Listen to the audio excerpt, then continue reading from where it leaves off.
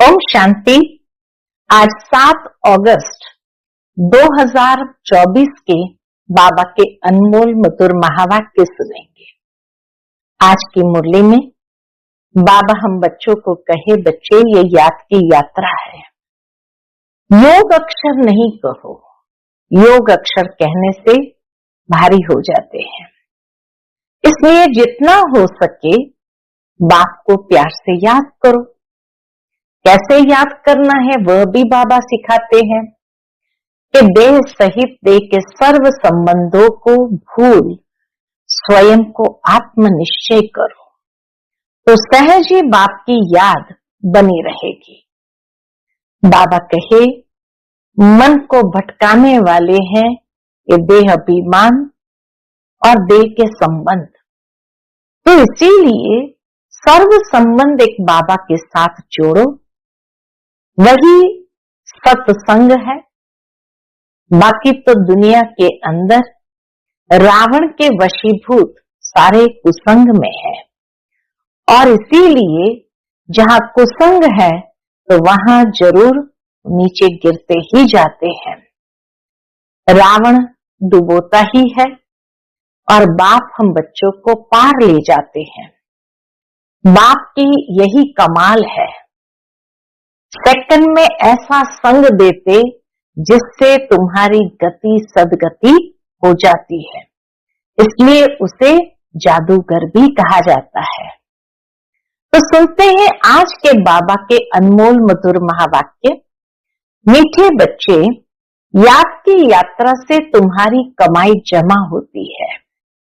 तुम घाटे से फायदे में आते हो, विश्व का मालिक बनते हो। आज की मुरली से प्रश्न है, सत का संग तारे कुसंग बोरे, इसका अर्थ क्या है? उत्तर, जब तुम बच्चों को सत का संग अर्थात बाप का संग मिलता है तब तुम्हारी चढ़ती कला हो जाती है। रावण का संग कुसंग है, उसके संग से तुम नीचे गिरते हो, अर्थात रावण तुम्हें डुबोता है। बाप पार ले जाता है। बाप के भी कमाल है जो सेकंड में ऐसा संग देते जिससे तुम्हारी गति सदगति हो जाती है। इसलिए इसे जादूगर भी कहा जाता है। ओम शांति। बच्चे याद में बैठे थे, इसको कहा जाता है याद की यात्रा। मुरली से पहले सभी याद में बैठते हैं तो इसको कहा जाता है याद की यात्रा। बाप कहते योग अक्षर काम में न लाओ, बाप को याद करो। वह है आत्माओं का बाप, परम पिता पतित पावन। उस पतित पावन को ही याद करना है। बाप कहते हैं देह के सब संबंध छोड़ एक बाप को याद करो। कहते हैं ना, आप मुझे मर गई दुनिया। देह सहित देह के जो भी संबंध आदि देखने में आते हैं उनको याद नहीं करो, एक बाप को ही याद करो तो तुम्हारे पाप जल जाएंगे। याद से ही पाप जल जाएंगे। तुम जन्म जन्मांतर की पापात्माएं हो ना। यह है ही पापात्माओं की दुनिया। सतयुग है पुण्यात्माओं की दुनिया। अब पाप सब कटकर पुण्य कैसे जमा हो? सारे पापों को काट के पुण्य कैसे जमा हो? बाप की याद से ही जमा होंगे। आत्मा में मन बुद्धि है ना, तो आत्मा को बुद्धि से याद करना है। इसको बाप को, आत्मा को बुद्धि द्वारा बाप को याद करना है। बाप कहते तुम्हारे जो भी मित्र संबंधी है उन सबको भूलो, वह सब एक दो को दुख देते हैं। एक पाप करते हैं जो काम कटारी चलाते हैं। दूसरा पाप फिर क्या करते हैं? एक पाप काम कटारी चलाने का, दूसरा पाप फिर क्या करते हैं? जो बाप सर्व का सदगति दाता है बच्चों को बेहद का सुख देते हैं, अर्थात स्वर्ग का मालिक बनाते हैं, उसे सर्वव्यापी कह देते हैं। इतनी गहरी बात बाबा ने समझाई कि सर्वव्यापी कहना ये भी पाप है। जिस तरह पहला पाप काम कटारी चलाने को कहा, दूसरा पाप फिर बाबा कहे सर्वव्यापी कहना, ये भी पाप है। ये पाठशाला है, तुम आए हो ये पढ़ने, ये लक्ष्मी नारायण है तुम्हारी एम ऑब्जेक्ट, और कोई ऐसे कह न सके। तुम जानते हो अभी हमको पवित्र बन पवित्र दुनिया का मालिक बनना है। हम ही विश्व के मालिक थे, पूरे 5000 वर्ष हुए, देवी देवता विश्व के मालिक है ना, कितना ऊंच पद है, जरूर ये बाप ही बनाएंगे। बाप को ही परमात्मा कहते हैं, उनका असली नाम है शिव। फिर बहुत नाम रख दिए हैं, जैसे बॉम्बे में बबुलनाथ का मंदिर है, अर्थात कांटों के जंगल को फूलों का बगीचा बनाने वाला। बबूल जैसे जो कांटे थे उनको फूलों का बगीचा बनाने वाला है, नहीं तो उनका असली नाम एक ही शिव है। इनमें प्रवेश करते हैं तो भी नाम शिव ही है। ब्रह्मा बाबा में प्रवेश करने के बाद भी नाम शिव ही है। तुमको इन ब्रह्मा को याद नहीं करना है, ये तो देहधारी है, तुमको याद करना है विदेही को। तुम्हारी आत्मा पतित बनी है, उनको पावन बनाना है। कहते भी है महान आत्मा, पाप आत्मा, महान परमात्मा नहीं कहते हैं। अपने को परमात्मा व ईश्वर भी कोई कह न सके। कहते भी है महात्मा, पवित्र आत्मा, सन्यासी सन्यास करते हैं इसलिए पवित्र आत्मा है। बाप ने समझाया है वह भी सभी पुनर्जन्म लेते हैं। देहधारियों को पुनर्जन्म जरूर लेना पड़ता है। विकार से जन्म ले, फिर जब बड़े बालिग बन जाते हैं तो सन्यास कर लेते हैं। देवताएं तो ऐसे नहीं करते, वह तो एवर पवित्र है। बाप अभी तुमको आसुरी से दैवी बनाते हैं। दैवी गुण धारण करने से दैवी संप्रदाय बनेंगे। दैवी संप्रदाय रहते हैं कहाँ? सतयुग में। आसुरी संप्रदाय रहते हैं कलयुग में। अभी है संगम युग। अब तुमको बाप मिला है, कहते हैं अब तुमको फिर दैवी संप्रदाय बनना है जरूर। तुम यहाँ आए ही हो दैवी संप्रदाय बनने। दैवी संप्रदाय वालों को अथाह सुख है। इस दुनिया को कहा जाता है हिंसक, देवताएं हैं अहिंसक। इस दुनिया को कहा जाता है हिंसक और देवताएं है अहिंसक। बाप कहते मीठे मीठे रूहानी बच्चों, बाप को याद करो। कितना प्यार से बाबा कहते मीठे मीठे रूहानी बच्चों, बाप को याद करो। तुम्हारे जो गुरु लोग हैं वह भी सब देहधारी है। अभी तुम आत्माओं को परमात्मा बाप को याद करना है। सुख तब मिलेगा जब तुम पुण्य आत्मा बनेंगे। 84 जन्म के बाद ही तुम पाप आत्मा बन जाते हो। अभी तुम पुण्य जमा करते हो, योग बल से पापों को खत्म करते हो। इस याद की यात्रा से ही तुम विश्व के मालिक बनते हो। तुम विश्व के मालिक थे तो सही ना, वह फिर कहाँ गए? यह भी बाप ही बताते हैं।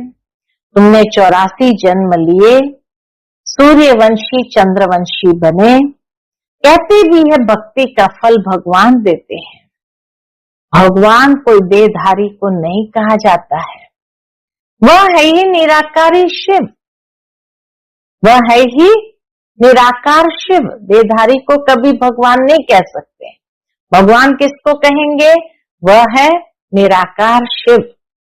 उनकी शिवरात्रि मनाते हैं तो जरूर आते हैं ना। परंतु कहते हैं मैं तुम्हारे सदृश जन्म नहीं लेता हूं, मुझे शरीर का लोन लेना पड़ता है, मुझे अपना शरीर नहीं है। अगर होता तो उनका नाम होता, उस शरीर का भी नाम होता। ब्रह्मा नाम तो इनका अपना है, इसने संन्यास किया तब नाम ब्रह्मा रखा है।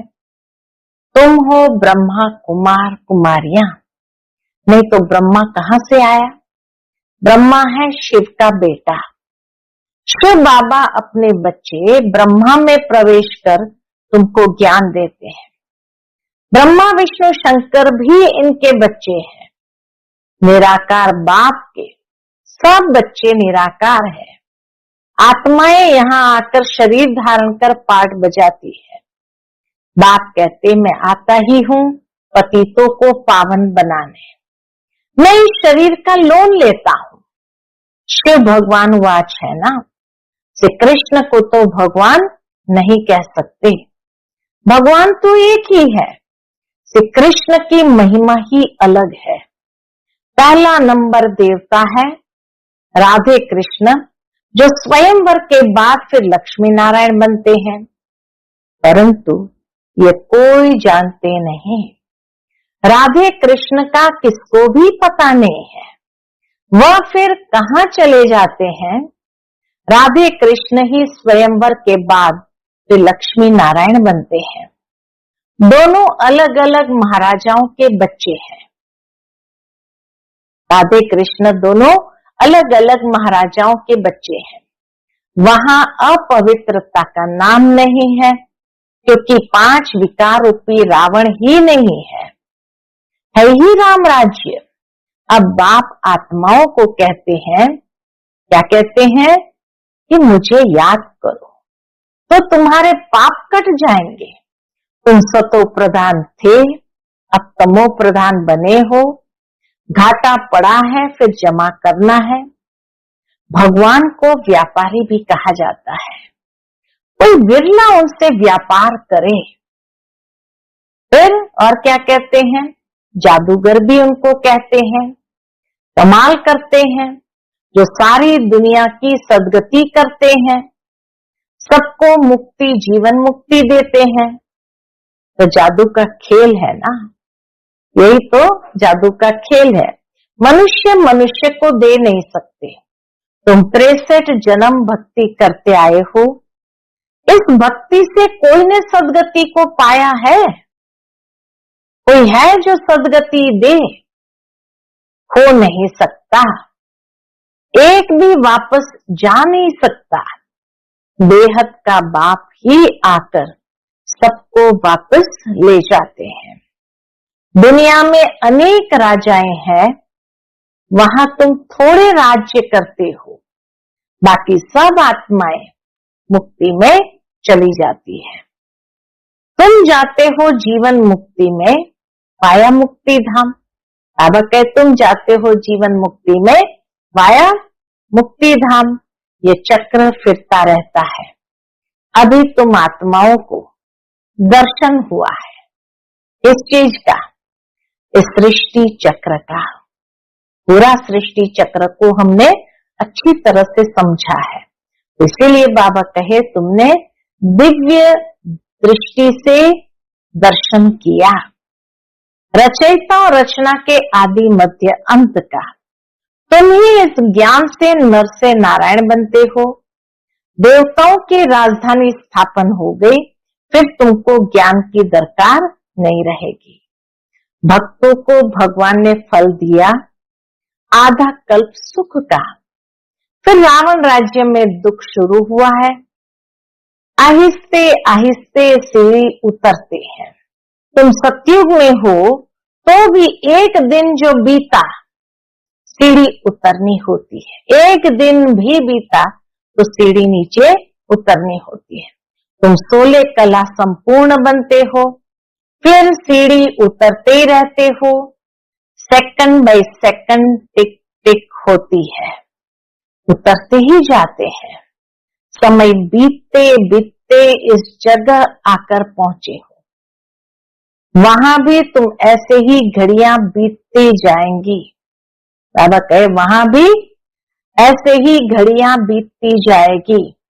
हम सीढ़ी चढ़ते हैं एकदम फट से, लिफ्ट में चढ़ जाते हैं, फिर सीढ़ी उतरनी है जो मिसल धीरे धीरे। बाप कहते मैं सर्व की सदगति करने वाला हूं, मनुष्य मनुष्य की सदगति कर न सके क्योंकि वो विकार से पैदा होते हैं, पतित है। वास्तव में श्री कृष्ण को ही सच्चा महात्मा कह सकते हैं। ये महात्मा लोग तो फिर भी विकार से जन्म ले फिर संन्यास करते हैं। वह तो है देवता। देवताएं तो सदैव पवित्र है, उनमें कोई विकार होता नहीं। उनको कहा जाता है निर्विकारी दुनिया, इनको कहा जाता है विकारी दुनिया। कलयुग को कहा जाता विकारी दुनिया, बाकी सतयुग को कहा जाता निर्विकारी दुनिया। नो प्यूरिटी, चलन कितनी खराब है विकारी दुनिया में। नो प्यूरिटी, चलन कितनी खराब है। देवताओं की चलन तो बड़ी अच्छी होती है, सब उनको नमस्ते करते हैं। कैरेक्टर्स उन्हों के अच्छे हैं, किनके? देवताओं के। तब तो अपवित्र मनुष्य उन पवित्र देवताओं के आगे माथा टेकते हैं। अभी तो लड़ना झगड़ना क्या क्या लगा पड़ा है, बड़ा हंगामा है। अभी तो रहने की भी जगह नहीं, चाहते हैं मनुष्य कम हो, परंतु यह तो बाप का ही काम है। सतयुग में बहुत थोड़े मनुष्य होते हैं, इतने सब विकारों की होलिका हो जाती है। बाकी सब आत्माएं चली जाती है कहाँ? अपने स्वीट होम। सजाएं तो नंबरवार भोगते हैं जरूर। जो पूरा पुरुषार्थ कर विजय माला का दाना बनते हैं वह सजाओं से छूट जाते हैं। जो विजयी माला का दाना बनता है वह सजाओं से छूट जाते हैं। माला एक की तो नहीं होती, जिसने उन्हों को ऐसा बनाया वह है फूल, फिर है मेरू। शिव बाबा है फूल, फिर है मेरू। प्रवृत्ति मार्ग है ना, तो जोड़ी की माला है, सिंगल की माला नहीं होती, सन्यासियों की माला होती नहीं। वह है निवृत्ति मार्ग वाले। यह प्रवृत्ति मार्ग वाले को ज्ञान दे न सके। पवित्र बनने के लिए उनका है हद का सन्यास। वह है हठ योगी, यह है राजयोगी। राजाई प्राप्त करने के लिए बाप तुमको यह राजयोग सिखलाते हैं। बाप हर 5000 वर्ष बाद आते हैं। आधा कल तुम राजाई करते हो सुख में, फिर रावण राज्य में आहिस्ते आहिस्ते तुम दुखी हो जाते हो। इसको कहा ही जाता है सुख दुख का खेल। तुम पांडवों को जीत पहनाते हो, अब तुम हो पंडे, घर जाने की यात्रा कराते हो। वह यात्राएं तो मनुष्य जन्म जन्मांतर करते आए हैं, अब तुम्हारी यात्रा है घर जाने की। बाप आकर सबको मुक्ति जीवन मुक्ति का रास्ता बताते हैं। तुम जीवन मुक्ति में, बाकी सब मुक्ति में चले जाएंगे। हाहाकार के बाद फिर जय जयकार हो जाती है। अभी है कलयुग का अंत, आफतें तो बहुत आनी है। बाबा कहे आफतें तो बहुत आने की है, फिर उस समय तुम याद की यात्रा में रह नहीं सकेंगे। क्यों? क्योंकि हंगामा बहुत हो जाएगा। इसलिए बाप कहते हैं अब याद के यात्रा को बढ़ाते जाओ तो पाप भस्म हो जाए, और फिर जमा भी करो। पाप भस्म भी करना और जमा भी करना है। सतो प्रधान तो बनो। बाप कहते हैं मैं हर कल्प के पुरुषोत्तम संगम युग पर आता हूं। यह तो बहुत छोटा सा ब्राह्मणों का युग है। ये तो बाबा कहे बहुत छोटा सा ब्राह्मणों का युग है। ब्राह्मणों की निशानी चोटी होती है। ब्राह्मण, देवता, क्षत्रिय, वैश्य, शूद्र, ये चक्र फिरता ही रहता है। ब्राह्मणों का बहुत छोटा कुल होता है। इस छोटे से युग में बाप आकर तुमको पढ़ाते हैं। तुम बच्चे भी हो तो स्टूडेंट्स भी हो, फॉलोअर्स भी हो, एक के ही है। बच्चे, स्टूडेंट्स, फॉलोअर्स सब एक के ही है। ऐसा कोई मनुष्य होता नहीं जो बाप भी हो, शिक्षा देने वाला टीचर भी हो, सृष्टि के आदि मध्य अंत का ज्ञान देता है, फिर साथ में भी ले जाए। ऐसा कोई मनुष्य हो न सके। ये बातें अभी तुम समझते हो। सतयुग में भी पहले पहले बहुत छोटा झाड़ होता है, बाकी सब शांति धाम में चले जाएंगे। बाप को कहा जाता है सर्व का सदगति दाता। बाप को बुलाते हैं, हे पतित पावन बाबा आओ। दूसरे तरफ फिर कहते हैं परमात्मा कुत्ते, बिल्ली, ठिक्कर, भिक्कर सब में है। बेहद के बाप का अपकार करते हो। बाप जो विश्व का मालिक बनाते, उनको डिफेम करते हैं। इसे ही कहा जाता है रावण का संग दोष। सत का संग तारे, कुसंग डुबोए। रावण राज्य शुरू होते हैं तो तुम गिरने लग पड़ते हैं। बाप आकर तुम्हारी चढ़ती कला करते हैं। बाप आकर मनुष्य को देवता बनाते हैं तो सर्व का भला हो जाता है। अभी तो सब यहाँ है, बाकी जो भी रहे हुए हैं वह आते रहते हैं। जब तक निराकारी दुनिया से सब आत्माएं आ जाएगी तब तक क्या होगा? तब तक तुम इम्तिहान में भी नंबरवार पास होते रहेंगे, क्योंकि अंत तक तूफान भी तो आने ही है, परीक्षा तो माया लेनी है। इनको कहा जाता है रूहानी कॉलेज। रूहानी बाप रूहानी बच्चों को पढ़ाने आते हैं। रावण राज्य आया तो फिर शरीर छोड़ अपवित्र राजा बने, फिर पवित्र देवताओं के आगे माथा टेकने लगे। आत्मा ही पतित अथवा पावन बनती है। आत्मा पतित तो शरीर भी पतित मिलता है। सच्चे सोने में खाद पड़ती है तो खाद का जेवर हो जाता है। सच्चे सोने में खाद पड़ती है तो खाद का जेवर हो जाता है। वो जेवर ही जो असली सोने का था वो मिक्स चैरिटी वाला खाद का हो गया। अब आत्मा से खाद निकले कैसे? योग अग्नि चाहिए। इनसे तुम्हारे विकर्म विनाश हो जाएंगे। आत्मा में चांदी, तांबा, लोहा पड़ गया है। यह है खाद। आत्मा सच्चा सोना है, अब जूठी बन गई है। वह खाद निकले कैसे? यह है योग अग्नि। ज्ञान चिता पर बैठे हो।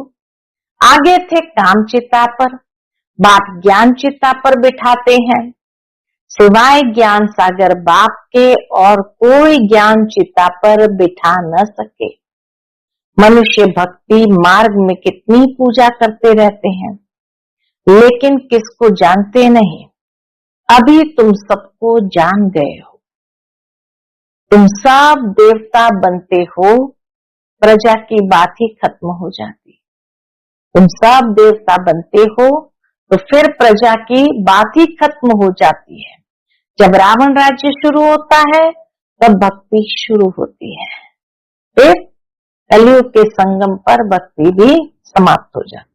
अच्छा, मीठे मीठे सिखिलते बच्चों प्रति माता पिता बाप दादा का याद प्यार और गुड मॉर्निंग। रूहानी बाप की रूहानी बच्चों को नमस्ते। हम सब रूहानी बच्चों की रूहानी माता पिता बाप दादा को याद प्यार, गुड मॉर्निंग और नमस्ते नमस्ते। शुक्रिया बाबा, शुक्रिया। आज की मुरली से धारणा के लिए मुख्य सार है, सजाओं से मुक्त होने के लिए विजयी माला का दाना बनने का पुरुषार्थ करना है। रूहानी पंडा बन सबको शांति धाम घर की यात्रा करानी है। दूसरी पॉइंट, याद की यात्रा को बढ़ाते बढ़ाते सब पापों से मुक्त हो जाना है। योग अग्नि से आत्मा को सच्चा सोना बनाना है, सतो प्रधान बनना है। आज का बाप दादा का मधुर वरदान हम बच्चों के प्रति है, हर घड़ी को अंतिम घड़ी समझ सदा एवर रेडी रहने वाले तीव्र पुरुषार्थी भव। हर घड़ी को अंतिम घड़ी समझ सदा एवर रेडी रहने वाले तीव्र पुरुषार्थी भव। अपनी अंतिम घड़ी का कोई भरोसा नहीं है, इसलिए हर घड़ी को अंतिम घड़ी समझते हुए एवर रेडी रहो। एवर रेडी अर्थात तीव्र पुरुषार्थी। ऐसे नहीं सोचो कि अभी तो विनाश होने में बहुत टाइम लगेगा, फिर तैयार हो जाएंगे। नहीं, हर घड़ी अंतिम घड़ी है, इसलिए सदा निर्मोही, निर्विकल्प, निर्व्यर्थ, व्यर्थ भी नहीं, तब कहेंगे एवर रेडी। निर्मोही, निर्विकल्प, निर्व्यर्थ, तब कहेंगे एवर रेडी। कोई भी कार्य रहे हुए हो, लेकिन अपनी स्थिति सदा उपराम हो। जो होगा वो अच्छा होगा, जो होगा वो अच्छा होगा। आज का स्लोगन है, अपने हाथ में लौ उठाना भी क्रोध का अंश है। अपने हाथ में लौ उठाना भी क्रोध का अंश है। ओम शांति।